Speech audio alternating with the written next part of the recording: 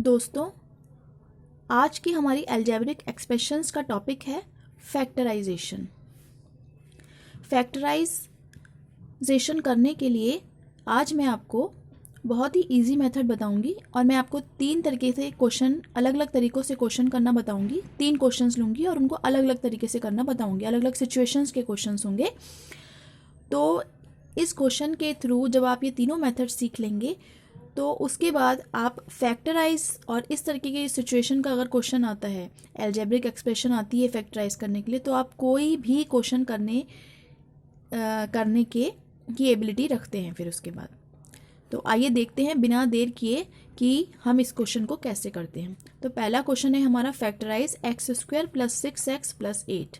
अब आप ध्यान से देखिए, इस क्वेश्चन में ना तो हम कोई कॉमन ले सकते हैं, ना ही हम इनको आपस में सॉल्व कर सकते हैं क्योंकि ये तीनों ही अनलाइक टर्म्स है। एक स्क्वायर है, एक 6x है और एक न्यूमेरिकल नंबर है। तो हम इसको क्या करेंगे? अब हम इसमें ध्यान से देखेंगे कि हमारी इसमें एक आइडेंटिटी लग रही है। कौन सी आइडेंटिटी है? ये आइडेंटिटी मैंने आपको अपनी पहली वीडियो में बताई है। ये आइडेंटिटी है x + a x + b = x² + a + b x + a × b। ये हमारी आइडेंटिटी है। लेकिन आप ध्यान से देखिए, जो यहाँ हमें क्वेश्चन दिया है वो इसके जैसा नहीं है, वो इस आइडेंटिटी के जैसा है, मतलब कि राइट हैंड साइड की तरह है। जनरली हमें ये लेफ्ट हैंड साइड दी होती है आइडेंटिटी की, मतलब इसकी फॉर्म दी होती है, और हमें राइट हैंड साइड की तरह identity means right hand side की तरह आंसर निकालना होता है इस फॉर्म में। लेकिन इस टाइप के फैक्टराइजेशन जो दिए होते हैं उनमें हमें राइट हैंड साइड दी हुई है, ये बात ध्यान रखिएगा। इसमें हमें राइट हैंड साइड दी हुई है और हमें लेफ्ट हैंड साइड की तरह आइडेंटिटी निकालनी है। यानी कि एक तरीके से हमारी आइडेंटिटी हम ये कहेंगे, a + b x + ab = x + a x + b। अब आप देखेंगे कि हमें जो हमारा क्वेश्चन है वो इसकी तरह है, इस आइडेंटिटी की तरह है, और हमारा आंसर जो आएगा वो किस फॉर्म में आएगा? वो हमें इस फॉर्म में निकालना होगा। तो आइए देखते हैं कि इसका आंसर इस फॉर्म में आता है या नहीं आता, इस आइडेंटिटी की तरह। तो हम कैसे करेंगे? देखिए, मैं फिर से अपना क्वेश्चन लिख लेती हूँ। x² + 6x + 8। अब इस क्वेश्चन को हम करेंगे कैसे? इस क्वेश्चन में देखिए, हमारी आइडेंटिटी को समझ लीजिए पहले। हमारी आइडेंटिटी में क्या है? यहाँ पर है a + b और यहाँ पर है ab। इसका मतलब क्या है? यहाँ पे एडिशन है और ये माइनस मल्टीप्लिकेशन है। लेकिन ध्यान देने वाली बात ये है कि यहाँ पर जो हमारे अलजेब्रिक नंबर हैं a और b, वही यहाँ पर है a और b। तो इसका मतलब है जब हम इसको सॉल्व करेंगे तो एक तरीके से आप ये देख रहे हैं कि हमारा, जैसे कि मैंने आपको पहले वीडियोस में भी ऐसे एरो लगा के दिखाया है, तो ये देखिए x² पहली टर्म ये है, दूसरी टर्म ये है, यानी कि a + b जो है इसके अंदर, इस 6 के अंदर इंक्लूडेड है, और जो a × b है वो इस 8 के अंदर इंक्लूडेड है। ये बात समझ में आ गई आपको? a + b जो है वो इस 6 के अंदर इंक्लूडेड है, और जो a b है वो इस 8 के अंदर इंक्लूडेड है। क्योंकि ये आइडेंटिटी लग रही है तो हमने इसके अकॉर्डिंग इसको डिवाइड कर दिया। अब हम कैसे करेंगे? हमें इसको सॉल्व करना है, यानी कि हमें इसको एक्सपेंड करना पड़ेगा। यानी कि यहाँ पे जैसे 6 दिया हुआ है और यहाँ पे a + b है, यानी कि हमें दो नंबर पता करने हैं और उनको हमें एडिशन में लिखना पड़ेगा।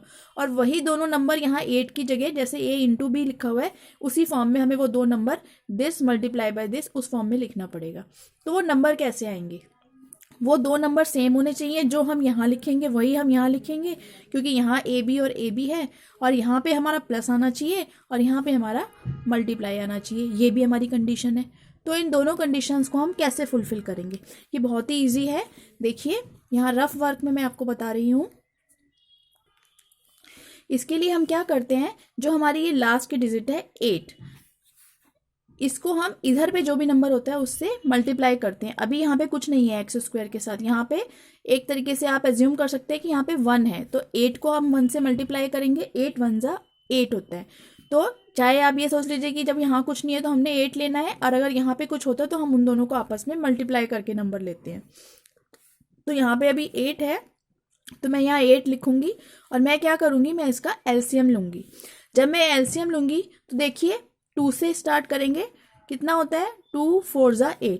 इसको पूरा एलसीएम करने की ज़रूरत नहीं होती, हमें सिर्फ ये देखना होता है कि हमारे को वो 2 नंबर चाहिए। ध्यान से सुनिएगा, हमें सिर्फ वो 2 नंबर चाहिए जो अगर मल्टीप्लाई करें तो ये आए, ये वाली डिजिट आए, क्योंकि यहाँ a इंटू बी है, और जब प्लस करें उन दोनों डिजिट को तो ये आए, यानी कि 6 आए, क्योंकि यहाँ पे a प्लस बी है। तो बस हमें वो नंबर निकालना होता है। अगर हमारा नंबर यहाँ पे कंडीशन सेटिस्फाइड नहीं है, फुलफिल नहीं होती, तब हम आगे सॉल्व करते हैं। अब आप देखिए ध्यान से, यहाँ पहले ही सिचुएशन में 2 4 ज़ा 8। अब अगर मैं यहाँ पे मुझे मल्टीप्लाई करना है a इंटू बी, तो अगर मैं 2 इंटू 4 करूँगी तो 8 आ गया। देखिए जो हमारी कंडीशन हमें चाहिए। अब यहाँ पे a प्लस बी 6 चाहिए, तो a plus B equal to, अगर मैं 2 प्लस 4 यहाँ से लेके करूँगी तो 2 प्लस 4 6 आता है। तो देखिए यहाँ पे दोनों ही कंडीशन में ये फुलफिल हो गया, यानी कि जो 2 डिजिट हमें a और b की जगह चाहिए वो हमें मिल गई 2 और 4। तो अब देखिए मैं लिखूंगी कैसे, ये बात समझ में आ गई, आई होप आपको समझ में आ गई होगी। अब देखिए मैं इसको लिखूंगी कैसे, एक्स स्क्वायर का तो मैं एक्स स्क्वायर ही लिख दूंगी, प्लस अब मुझे यहाँ a प्लस बी एक्स की फॉर्म लिखनी है, तो a प्लस बी एक्स की जगह मैं क्या लिख दूंगी, a प्लस बी एक्स की जगह मैं 2 प्लस 4 लिख दूंगी। तो अब चाहूँ तो मैं इसको 2 प्लस 4 और ब्रैकेट में x ऐसे भी लिख सकती हूँ, ठीक है। प्लस ए बी क्या है, ए बी क्या है हमारा, ए बी भी 2 और 4 ही है, तो यहाँ पे 2 इंटू 4 लिख सकती हूँ। तो देखिए मेरी पूरी आइडेंटिटी ये फुलफिल हो गई। अब इस आइडेंटिटी से हम क्या करेंगे, ये आइडेंटिटी का इक्वल टू होता है x प्लस ए एक्स प्लस बी, तो मैं यहाँ पर लिख सकती हूँ x प्लस 2 एक्स प्लस 4। ये मेरे आंसर आ गया। अब देखिए क्या ये जो हमारी इस आइडेंटिटी की इक्वल टू में आंसर था उसी के जैसे आइडेंटिटी का आंसर आया है ना हमारा, ये x प्लस 2 और x प्लस 4। तो एक तो तरीका ये है, स्कूल में जब टीचर्स कराते हैं वो 2 तरीके से कराते हैं। एक टीचर्स, कुछ टीचर्स तो सीधे आइडेंटिटी यूज़ करके, क्योंकि हमारी आइडेंटिटी ये कहती है कि अगर ये फॉर्म है तो हम ये लिख सकते हैं, ये फॉर्म है तो ये लिख सकते हैं, हम ऐसे कर देते हैं, यूजिंग आइडेंटिटी लिख के आप सीधे आंसर लिख दीजिए।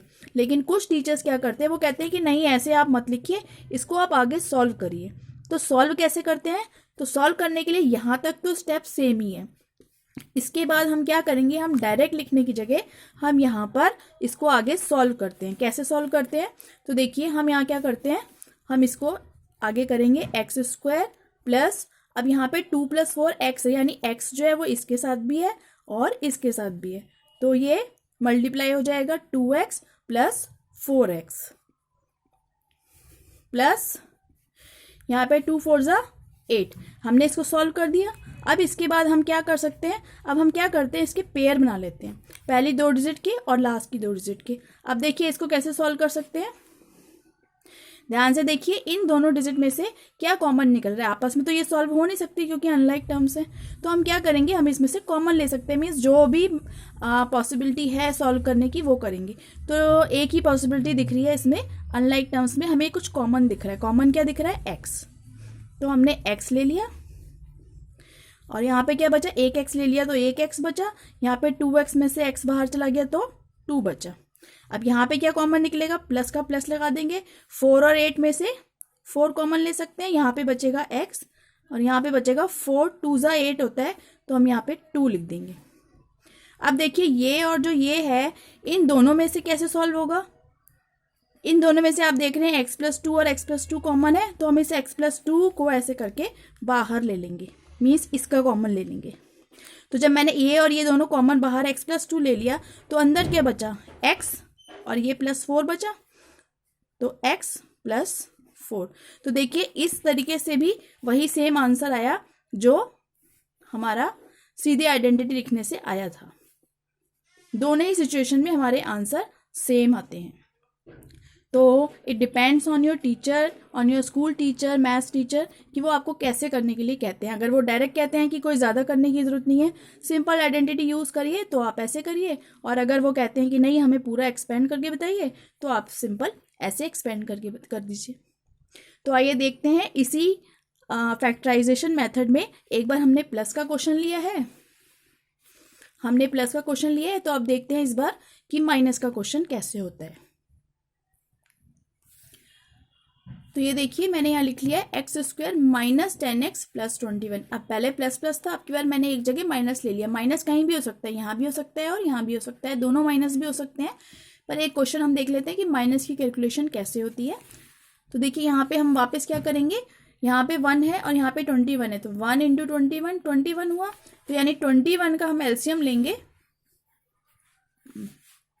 हमें डिजिट क्या चाहिए, हमें डिजिट चाहिए a इंटू बी करें या a प्लस बी करें, वो दो डिजिट कॉमन चाहिए कि a इंटू करें या प्लस करें। इंटू करने पे क्या आए हमारा 21 आए और प्लस करने पे हमारा -10 आए। ये ध्यान रखिएगा, पहले प्लस था माइनस है तो -10 आना चाहिए आंसर। तो देखिए कैसे करेंगे, ये किससे जाएगा 21, 2 से नहीं जाएगा, 3 से जाएगा। 3 से आएंगे 3 7 जार 21, ठीक है। अब देखिए मैंने आपको बताया कई बार पहली की सिचुएशन में ही सॉल्व हो जाता है, कई बार 2 या 3 में होता है। तो यहाँ पे देखिए क्योंकि यहाँ पे पहली सिचुएशन में सॉल्वर है, 3 और 7 हमें दो डिजिट मिली है, हमें मल्टीप्लाई करने में क्या चाहिए 21। तो अगर मैं 3 इंटू 7 करूँ तो क्या होगा 21 आ गया, और अगर मैं 3 प्लस 7 करूँ तो क्या आ गया, तो हमारा 10 आ गया। तो इसका मतलब क्या हुआ 3 और 7 आर द डिजिट्स जो हमें लेनी है। लेकिन आपने यहाँ पे ये ध्यान रखना है कि जब हम माइनस करते हैं तो हम क्या करेंगे, देखिए अब इसका भी मैं दोनों तरीके बता रही हूँ। एक्स स्क्वायर माइनस बाहर रहने दीजिए, 10 चाहिए हमें, तो अंदर 3 प्लस 7 लिख दीजिए, बाहर x लिख दीजिए, यहाँ पे 3 इंटू 7 लिख दीजिए, और उसके बाद आप डायरेक्ट यहाँ पे आइडेंटिटी लिख सकते हैं x माइनस 3 x प्लस 7। लेकिन ये तो बहुत इजी तरीका हो जाएगा, तो मैं अब आपको इसमें ये बता रही हूँ कि कैसे हम इसको सॉल्व करते हैं। मैं इसको सॉल्विंग तरीके से बता रही हूँ। तो देखिए एक्स स्क्वायर, अब जब हम क्या करते हैं, हम एक काम करते हैं, हम इन ब्रैकेट्स को खोल देते हैं। सबसे पहले हम क्या करते हैं, एक्स को इससे और फिर इससे मल्टीप्लाई कर देते हैं, माइनस इसको इससे किया तो 3x प्लस एक्स को इससे किया तो 7x प्लस 3 7 जा 21। अब उसके बाद नेक्स्ट स्टेप में देखिए माइनस खोलना पड़ेगा हमें, माइनस को इससे किया 3x, अब माइनस को प्लस से किया तो माइनस प्लस क्या होता है माइनस 7x प्लस 21। अब देखिए मैंने आपको बताया पहली दो डिजिट लीजिए, लास्ट की दो डिजिट लीजिए और इनमें से इनको सॉल्व करिए। अनलाइक टर्म्स हैं, आपस में सॉल्व नहीं हो सकती, तो हमारे पास एक ही रास्ता बचा है, इनमें से कॉमन ले लेंगे।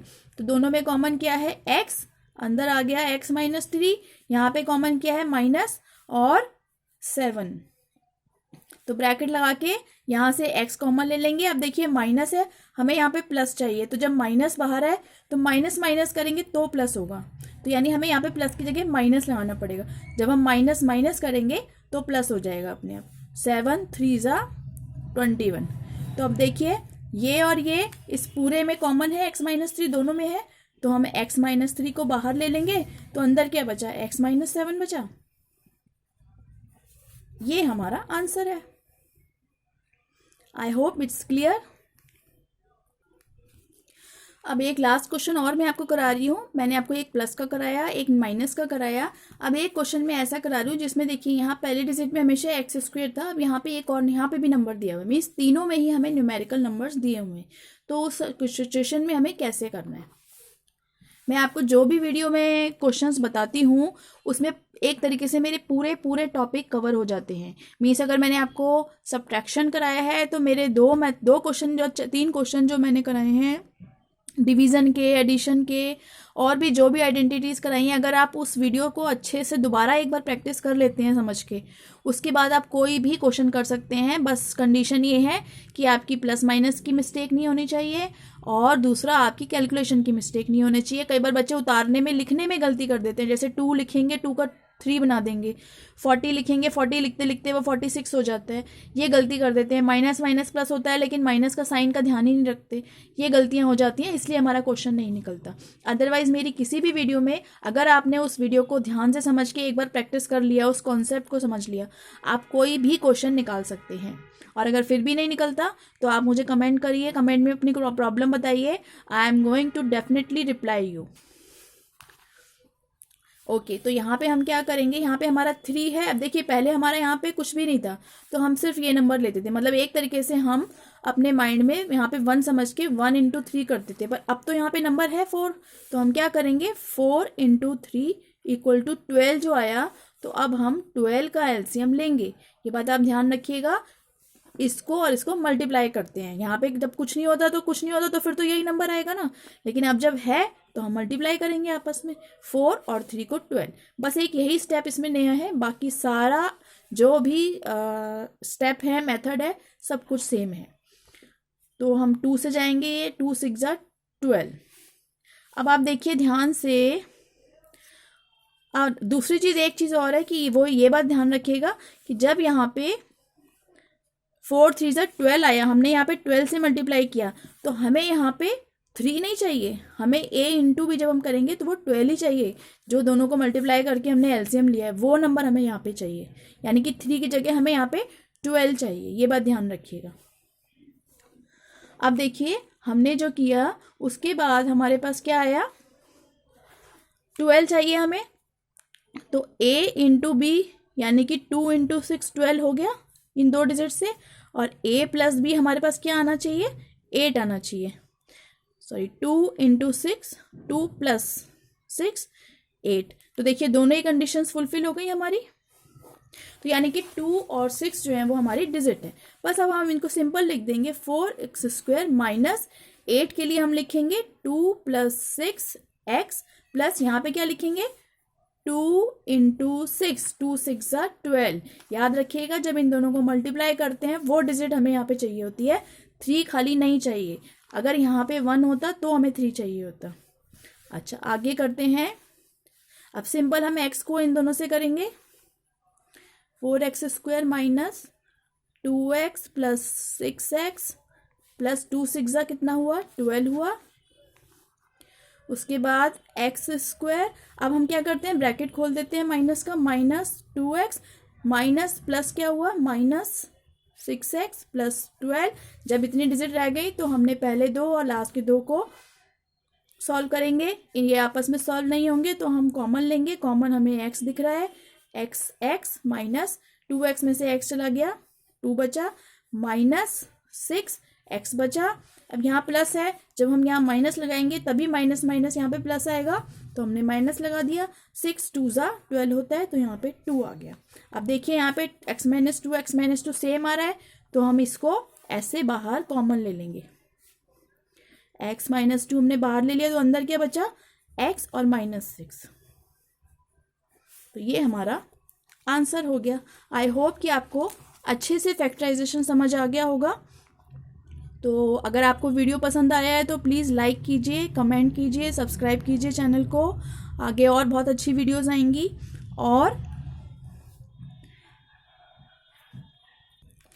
और वीडियो को शेयर कीजिए। Thank you.